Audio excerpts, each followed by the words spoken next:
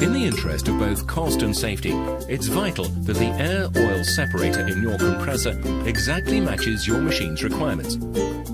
Essentially, air-oil separation is the final filtration process within an oil-lubricated compressor. Its function is to extract and liquefy the oil present in the compressed air vapor and return it back to the air end. However, things may not go to plan if this critical component is made from substandard materials or contains unsuitable filtration media. Filtration media that is too dense will restrict airflow, creating an increased pressure differential across the element. Consequently, the compressor will continue to think its target pressure hasn't been reached when in fact it has. The result: longer on-load times and increased energy costs. It also means your compressor has to work harder to generate the additional pressure needed to compensate for the pressure drop, putting unnecessary load on your motor and further adding to your energy costs. Multiply this extra power requirement across the life of the filter element and costs soon start to accumulate. As a basic rule, for every 138 millibars pressure difference between the pressure vessel and the delivery port, your motor becomes 1% less efficient, adding 1% more to your running costs.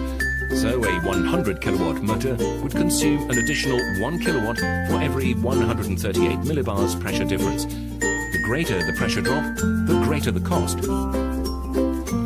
Inadequate separation materials can also allow oil vapor to pass through, otherwise known as carryover. This not only contaminates pipelines and reduces the life of filtration and drying equipment downstream, but is also costly due to oil being lost into the network. There's also the danger that the machine becomes inadequately lubricated if oil levels get too low. A separator losing oil at 6 parts per million could lose around 5 millilitres of oil every hour, or 1 litre every 200 hours, adding more avoidable cost to your annual bill.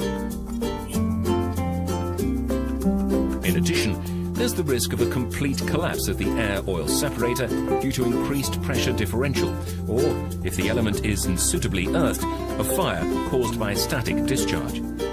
And don't forget, if something does go wrong, you're effectively on your own. Using non-genuine parts voids your warranty. Cheaper, non-genuine parts can sometimes seem like a cost saving, but they rarely amount to a false economy. Any small saving made with the initial purchase price can be cancelled out very quickly, and then ends up costing more over the component's life with increased energy costs. Loss of lubricant through carryover, damage to downstream equipment and pipelines, a potential fire risk, and not forgetting that using non-genuine components voids your warranty.